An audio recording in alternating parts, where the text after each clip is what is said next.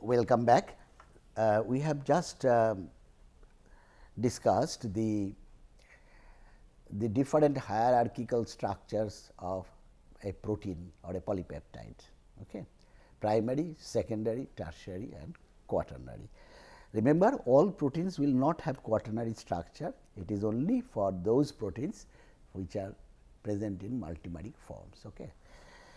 Now, the basic question is, because whenever we have talked about these local conformations, the local geometries, alpha helix, then beta sheet, beta turn, all these things.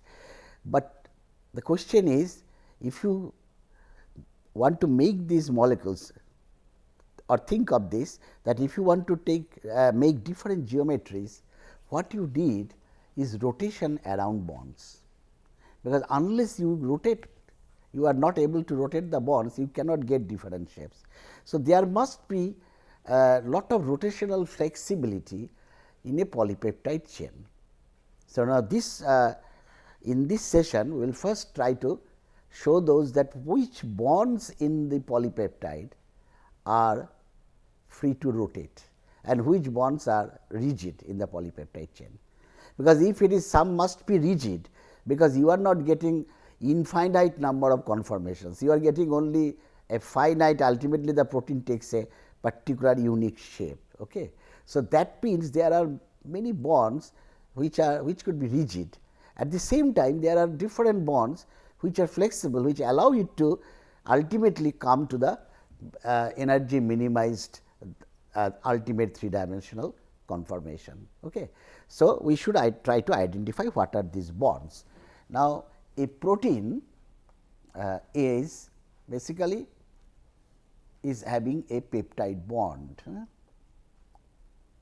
first we will say this is carbonyl. Then you have this NH and then a side chain again here, and there is stereochemistry here, suppose R1, and there is a stereochemistry, and the stereochemistry we know that is L.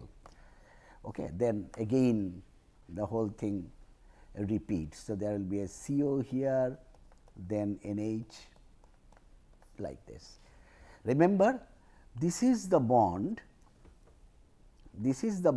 which is rigid, the CONH, because in this NH is anti to the carbonyl. This takes a transoid conformation, and that is quite rigid because of the double bond character between the carbon and the nitrogen. So, that part is rigid. So, if that part is rigid, that means you have again another rigid part. So, this is continuously coming one after another, but in between there is this alpha carbon. In between there is this alpha carbon, and this alpha carbon is connected by single bonds, and there is no question of any resonance or any double bond character here. Okay. So, these are the bonds which can rotate. So, this can rotate, but keeping the whole thing together, you cannot disturb the dihedral angle between this carbonyl and the NH, that is still there, that should be in plane, and that dihedral angle should be 180. That anti conformation you should maintain here, but what you can do, you can take the whole thing and then start rotating around this C alpha and the carbonyl. At the same time, the same thing is applicable, that this C alpha and this nitrogen, this is a single bond. So, you can now take this whole plane containing the CO and NH, and you can rotate this in one direction, clockwise or anti-clockwise. So, these are the bonds which can now rotate, and that is the genesis of different conformations of polypeptides. Okay. Now, there was one famous Indian biochemist, Sir G. N. Ramachandran. So, he tried to see that whether all types of rotations or any angle of rotation is allowed or not. See, because when you do these rotations, what will happen that the interrelation between these carbonyls will change, and also the interrelations between these R 1 and R 2, that will also change. Because if you start rotating, I will show you when you rotate all these. So, all conformations may not be permissible. Ultimately, he came to a conclusion that all types of rotations are not permissible. Okay. Now, before doing that, he defined two angles, these two angles.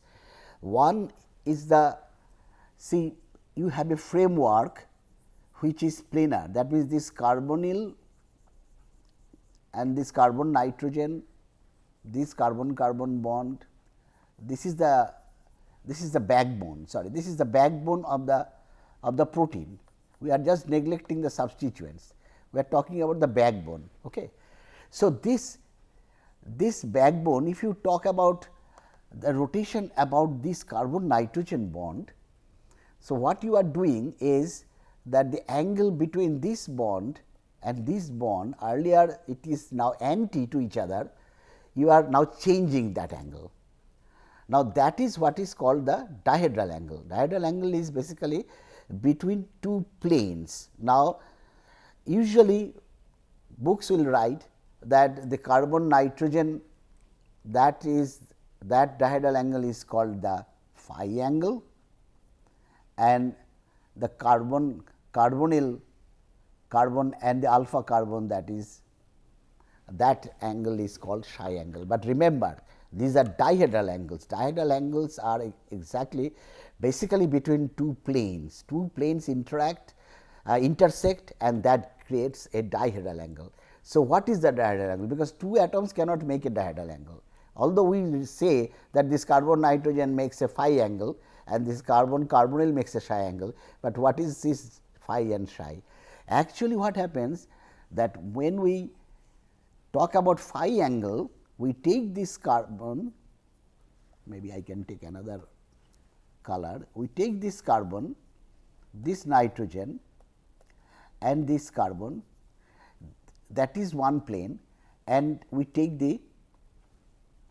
this one and that one, that is the other plane, and the common bond between this is this one, this carbon nitrogen. So, that is the dihedral angle, that is what is called the phi angle. Okay. Similarly, when we talk about the psi angle, it is basically the angle between the psi angle means this one. So, the common bond is this one, carbon and carbonyl carbon and the alpha carbon. So, the dihedral angle will be between the plane containing these and the plane containing these. Okay. That is the phi angle, again I repeat, and this is the that is the psi and this is the phi angle. Just saying that it is the angle between the carbon and the nitrogen is not enough, because dihedral angle is plane. Again I repeat, what are these planes? For the phi angle, the planes are basically this carbonyl carbon, the nitrogen and the alpha carbon, and the nitrogen, the alpha carbon and the carbonyl carbon on this side. And for the psi angle, it is the nitrogen, then the alpha carbon and the carbonyl carbon, and here on the right side the nitrogen, the carbonyl carbon and this carbon. Remember, when I am checking the two planes, we have a common bond in between. That is the way to do it. Now, let us show you the model, that what happens here. Here it is in the slide. If you go to the slide, see, I do not know whether how clear it is. It says that this is the psi angle and this is the phi angle, but what I am saying that actually we should say it is the angle between the plane containing this carbon, this nitrogen, this carbon and the the plane containing this carbonyl carbon, this carbon and this nitrogen. Okay. That is the angle which is not reflected here. The common between these two planes is actually this carbon nitrogen, and the common between the when you consider the psi dihedral angle, the common line is this one, this carbonyl carbon and the carbon. I can show you very simply that when we talked about the geometry of just N-butane, remember what was the dihedral angle between the methyls? We used to say the gauche, there is this dihedral angle in the gauche butane form is 60 degree, and sometimes casually we used to say the methyl dihedral angle is 60, but actually truly speaking we should say that the dihedral angle between these the plane containing this methyl, this carbon and the back carbon, and the other plane containing this methyl, the back carbon and the front carbon, that is what is the dihedral angle. Okay. So, that is why that needs to be very clear. Now, this question is whether all phi and psi angles are allowed or not. So, Ramachandran plotted this phi and psi. In one axis he kept the phi angle here, this is the phi, and on the other axis it is the psi angle. Okay. And you see that he actually bisected it into tetra. This is basically bisected two lines, horizontal lines. This is the 0 line, that is the other 0 line, that means here phi is 0 and here phi is 0, and this is, see, a rotation means a complete rotation, that will be 360 degree rotation.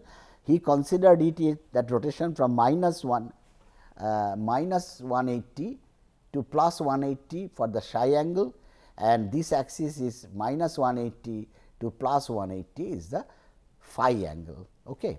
So, from this side to that side phi angle is plus, from this side to that is minus, and from this downwards the psi angle is minus, and from the up the psi angle is plus. Now, he has shown these some regions which are red in color, some regions which are yellow in color. What does it say? And some are not colored at all, only white. Okay. What he found, he studied all these different structures, the beta sheet structure, the alpha helix, the turn structure, everything, and then he determined what are the phi psi angles in that. And what he found, that the red regions here, that means this is a point basically here in the red region represents a particular phi and psi combination. So, what he said, that this red region is the most allowed region combination of phi psi angles. That means, the peptide will assume the phi psi angle in such a way that that falls in this region. Okay. That is the ideal case, the red ones. So, the red ones, what it says, the allowed regions, namely for the alpha, here it is A, it is alpha helix and beta sheet conformations. So, now this one is for beta sheet, that means for beta sheet the dihedral angle should be the phi angle should be here. No? It is say it should be at least we can say it cannot be 0, because the white region is sterically disallowed for all amino acids except glycine. Glycine does not have any steric effect. So, this is the beta sheet, that means beta sheet formation will be favored when there is a combination of something. If we take the top one, that means 180 and close to 180 is allowed for beta sheet formation. And for the alpha helix, this is the red region. The red region means, you see, that means alpha helix is allowed when the phi psi combination is close to what, means this is about, I can say if it is 0, this is about 40, 50, 40, the whole thing is 180, and on this side you see this is about 90, this is about 60, 70 and that is about 90, close to 90, because this is 0, this is 180. So, the middle point is 90, here the middle point is 90, that means 90 is not is not that is not being taken up. Close to that is the ideal region. Now, apart from that, you have a YOLO region, which is this is the limit. I mean, sometimes you get values which are within the YOLO region, but the ideal ones are this one, the red ones. These are the ideal regions. Sometimes you get a left-handed alpha helix. Sometimes you can get. Okay, that is the red region, but these are much rarer. This is what he says, this is the limit. Limit means when he draws a line, he said that means if you determine the structure of a protein and see that the phi psi angle falls here, that means your structure analysis is wrong. That cannot be the structure. So, whenever somebody gets a structure of a protein, so immediately he computes all the phi and psi angle, and he has to satisfy this Ramachandran plot. Otherwise, that structure will not be accepted as correct. Okay? Because if your phi psi angle falls within the white region, that means there is something wrong. So, this is very interesting, a landmark work from an Indian biochemist or biologist, J. N. Ramachandran, and for every biochemistry book you will see the Ramachandran plot. Okay. Now, let us see that why this 0-0 combination, which we will just explore what we can see from this some extreme cases 0-0 combination is not allowed, or 180 combination is not allowed. Why are this? That means, there must be some serious steric effect or electronic effect that is operating in these combinations. So, let us see. We now I have a small peptide here. Okay. Usually the N terminus starts from the left side. So, I take the NH here.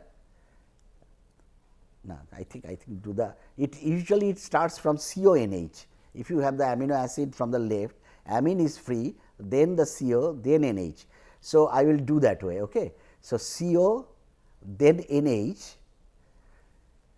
maybe this way. Let me see, let me first fix the direction in which you will be comfortable. Yes, I think this is.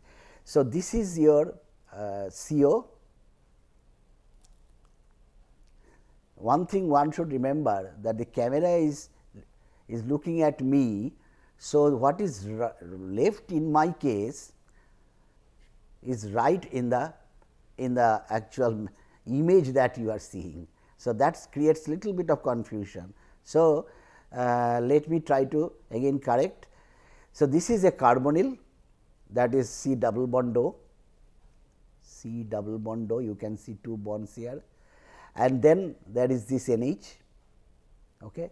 Then there is the alpha carbon with this substituent here, and this is the hydrogen, the green one is the hydrogen. Then you have again another carbonyl, and this is NH. So, you have CONH here and you have CONH here. So, that means there are two peptide bonds. So, that means we are considering a, if there are two peptide bonds, we consider a tripeptide. Okay. So, let us first what Ramachandran said, that you first make the extended conformation. Extended means, like when we discussed the beta sheet structure, we drew the amino acid the peptide chain in an extended form. I think I can quickly go back to that.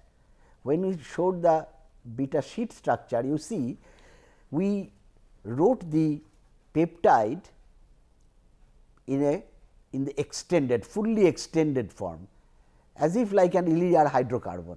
So, similarly, according to Ramachandran, that first you consider the peptide in a fully extended form. If you do that, then everything, this carbonyl, this is the NH, they are anti to each other, that you know why, and then you have this alpha carbon, single bond, you have this carbon, that is another single bond, this is the carbonyl and this is the NH, and then again the alpha carbon. Okay. Now, the question is, which one is phi angle and which one is psi angle? the phi angle is between the carbon nitrogen containing bond. Okay. So, this is the carbon. Now, I rotate it this way. Okay. Now, the phi angle will be between the carbon and the nitrogen. The nitrogen means this one, okay, the NH, and the psi angle will be considered between the, this is the alpha carbon and the carbonyl. See, this is a single bond, and I can rotate without disturbing the planarity, coplanarity of the carbonyl and the NH. Also, they are transsoid geometry. So, I can start rotating this. So, I rotate. I am not actually doing this NH and CO, they still remain anti to each other. So, again now come back to the, this is the full complete rotation. So, this is the extended conformation. So, here the phi and the psi angles, they will be what, 180. If this is fully anti to each other, then they are 180, because if you look at this, the dihedral angle like the two methyls, when they are opposite to each other, they will be 180. That means, this bond and that bond, that means, I think if you look at this way, this bond and that bond, they are anti to each other, and that makes it a phi angle. Now, this is the psi angle, this is the carbonyl, and this is the phi angle. Okay. This is the phi. So, when you talk about phi, you see this carbon nitrogen bond, a carbon carbon bond, and this bond. Okay. And then you can see it. It is little complicated. I think the complication is even more, because the image is just you are seeing the mirror image of what I am holding, that creates more problem. But again I repeat, you see it first of all in the fully extended form. If you do that, then it will be in the zigzag, and here the dihedral angle combination phi psi is 180 180. Okay.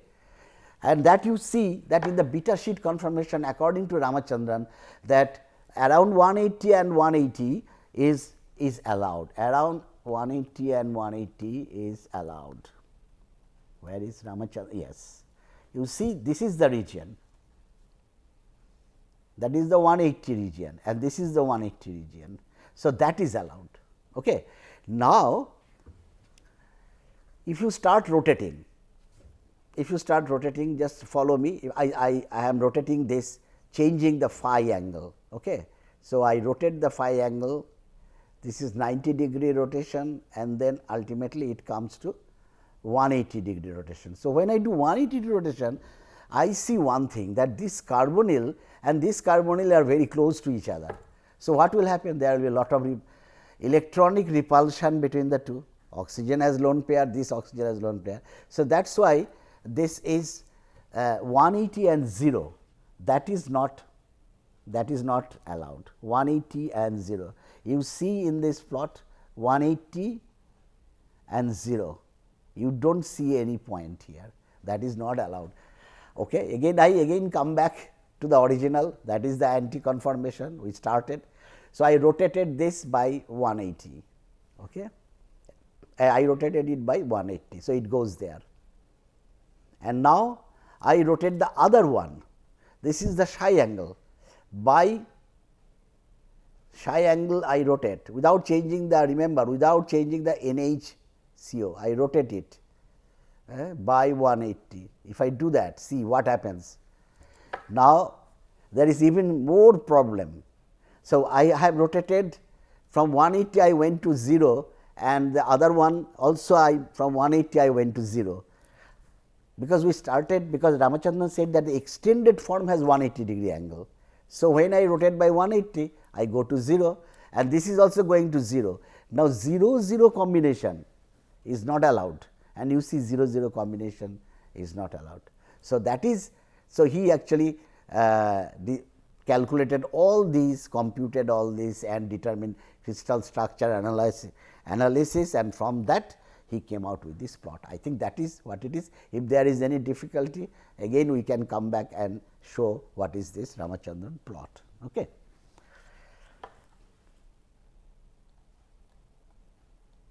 Now, determination of this 3D structure of proteins, there are different techniques to determine the 3D structure of proteins. One is the best way is X-ray crystallography, that if you can isolate a crystal structure of a protein, then that is the ultimate. Sorry, where is it? Methods of determining complete 3D structure. Usually there are three types. One is X-ray crystallography, that is the most reliable one. Then there is NMR spectroscopy, very high field NMR. Through NMR spectroscopy you can determine the 3D structure of a protein. However, there are some disadvantages of NMR spectroscopy in that sense that you cannot handle very large molecules. However, at the same time there are advantages that if you cannot crystallize a protein, then you cannot get the crystal structure by X-ray. So, all these advantages and disadvantages, X-ray needs crystals, but and the structure is a static one, is the average structure in the crystal, but NMR is in solution. So, what you see is exactly the dynamics of the system. So, but you need highly concentrated solution to get the signals. It is actually very complicated ones. You should have isotopically labeled the carbons, isotopically labeled the nitrogens. There are techniques to do that, but by NMR you can do the structure analysis, but not very large proteins. There is a limit maximum about 60 kilodalton, up to 60 kilodalton. At present you can do the structural illustration.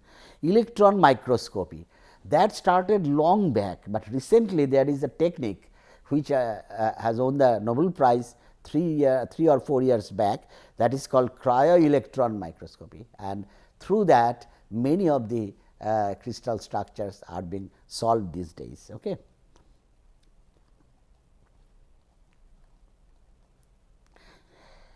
Now, let us come to, so we have done the structure analysis, we have completed the structure analysis. Now, we come to purification of proteins. Purification of proteins, first of all, for any purification method, you have to see the what type of property these molecules have, so that you can utilize them. Okay. So, let us see what are the parameters that a protein possesses. One is the molecular weight. Some proteins are small, some proteins are big. When we talk about purification means, we have to separate the proteins. Okay. So, purification can be based on molecular weight, if the proteins differ in size in molecular weights, or there could be charge difference, because we know that proteins have different side chains are charged. Okay. So, there may be difference in charges in different proteins. There can be difference in solubility in buffer or in water, or there could be some affinity for a particular agent, and we can utilize that affinity for that agent to separate protein molecules. Like if you are trying to catch a fish, you can particular fish in a pond. So, what you can do, if you want to catch a particular type of fish, then you should use a particular fish hook, which the fish has affinity. Similarly, if you have affinity for a protein, so that you can take up the protein out. So, these are the 4 parameters that one can use. Okay. Now, the processes that are based on molecular weight, that means size of the protein. One is called the gel filtration, and the other is called the SDS page, that is sodium dodecyl sulfate and polyacrylamide gel electrophoresis. And by these two actually separate the proteins, a mixture of proteins as per their size, and the size is nothing but the molecular weight. Of course, there is an important point here, that when I talk about size, some proteins may be really globular in shape, and some proteins may be little bit stretched in a linear direction. So, then size may be different. A high molecular weight molecule may have lower size than a low molecular weight molecule. Okay. We will come back to that. Then the process is based on charge is ion exchange chromatography, native gel electrophoresis, and isoelectric focusing. So, we will consider all these 5. Let us see how many we can do today, then the next, otherwise we will do it in the next session. The first one is protein purification of proteins by gel filtration. Gel filtration is also called size exclusion chromatography.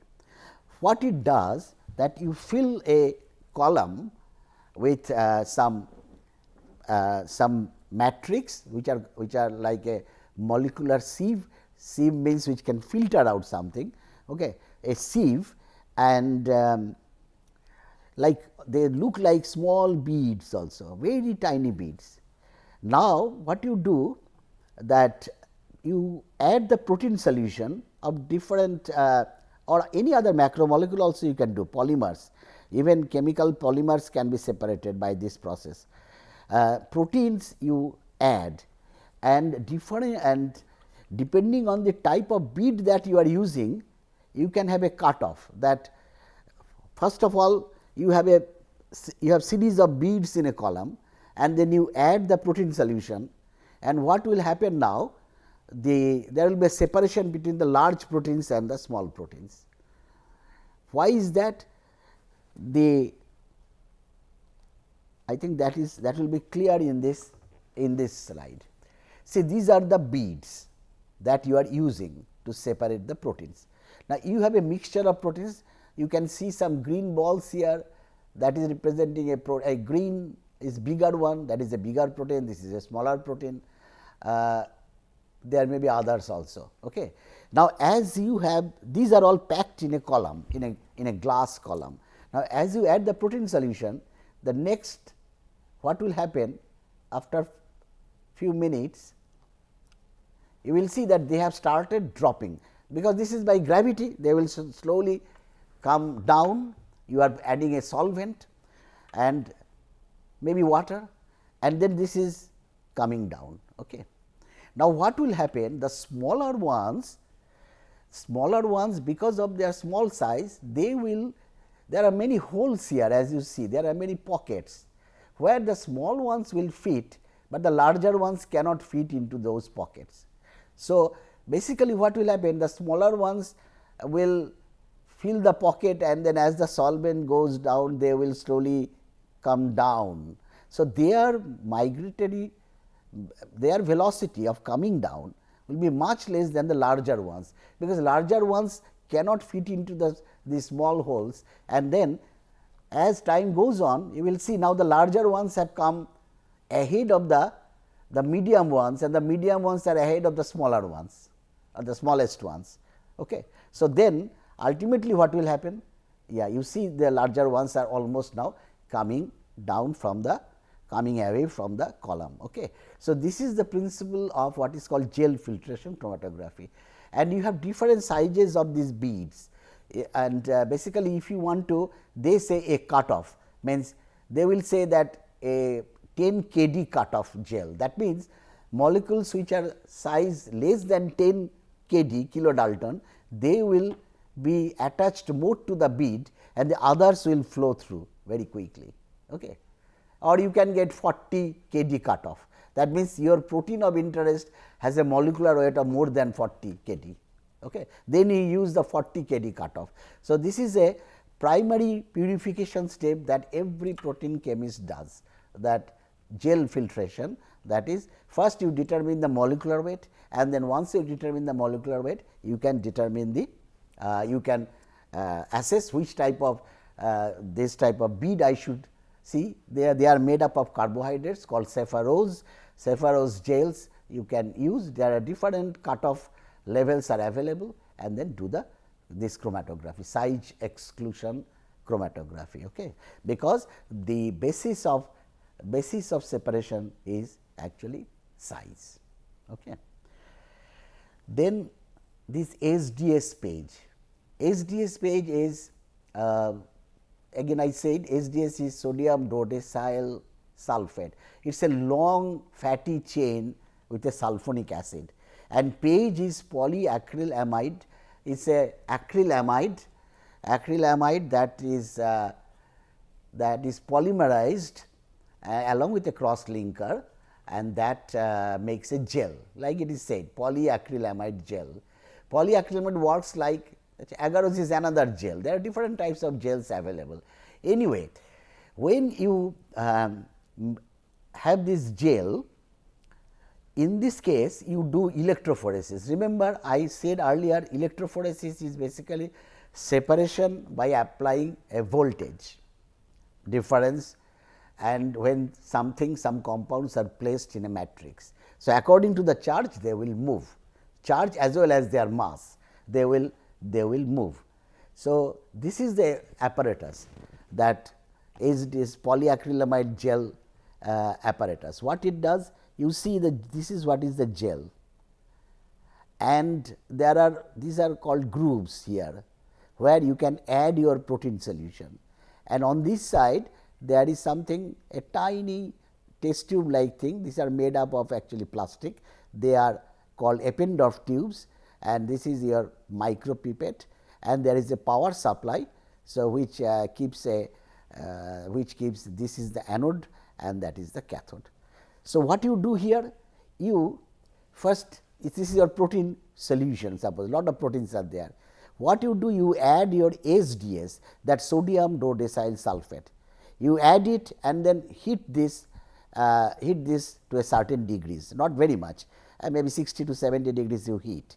And what happens as you heat, the proteins were earlier in a globular, in kind of folded state, okay, in a folded stage like this.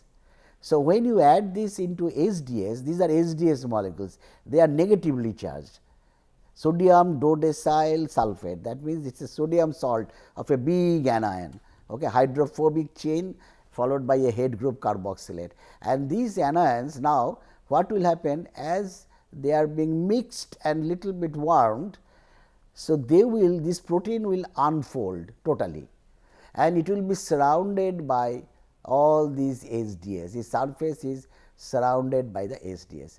So, this protein will also do that, that will also become linear and that will be surrounded by SDS page. So, now what will happen, the large proteins and the small proteins, there will be a difference in their length definitely, but the charge density will remain the same, the charge density will remain the same, okay, because every point there is a sodium dodecyl sulphate. So, if suppose this has got 10 amino acids, so it has got 10 sodium dodecyl sulphate on one side, that means per amino acid you have 1.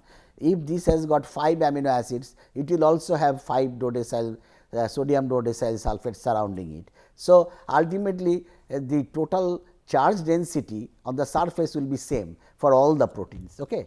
So, now you have maintain similar charges in the proteins, and now you add it to the groove. As I said, on this groove, these are called wells also. So, you add the protein, and now after adding the protein you apply the voltage.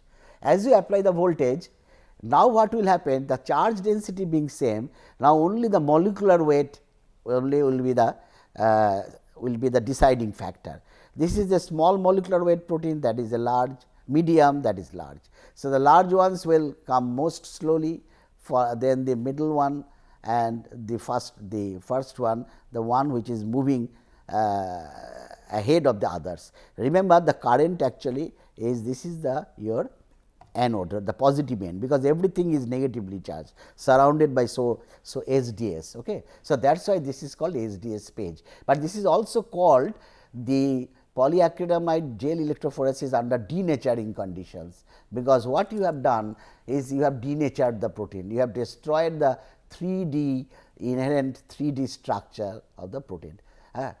But what you have done, so after this electrophoresis is over, what you usually have another dye you add, which moves ahead of all the proteins. So, when the dye reaches at the front, you stop the current and then you take the gel and put it in a dye which is called Kumasi blue, and then you can you stain with Kumasi blue, keep it in overnight in acetic acid methanol, and then wherever there are proteins you will get blue bands. So, these are the proteins that you see. So, that means if you have different Eppendorf tubes, so your tube 1 has got a major protein here, another major protein here, another major protein here. Okay. So, depending on the intensity, and also what you do usually, you put a molecular weight marker, you can give a standard proteins on one lane you can run, where there are where the molecular weights are known. So, from that you can tell what is the molecular weight of the protein that this protein has, because you have molecular weight markers on one side, either this side or that side, so that you know the molecular weight of each protein. Okay. I think that is the SDS page purification. You also have very similar native, you can have native gel purification also. Native gel you do not add SDS, you just apply voltage in the gel, where the protein maintains its 3D structure, in its conformationally active form. But native gel requires lot of voltages, because first of all SDS gives lot of negative charges, charge density is very high. For native gel, the intrinsic charge ultimately will decide which way it will move, how fast it will move. So, but native gel will not be dependent on the size of the protein, it depends only on the charge. So, native gel electrophoresis is also there. If you want to see separate in the native form, then you have to see the native, you have to do the native gel electrophoresis. Otherwise, generally for identification purpose, we do the SDS page. I think the principle is now clear. So, the SDS page depends on the size of the protein, and native gel electrophoresis depends on the charge, intrinsic charge of the protein at the pH that you are doing the gel electrophoresis. Okay. Thank you very much.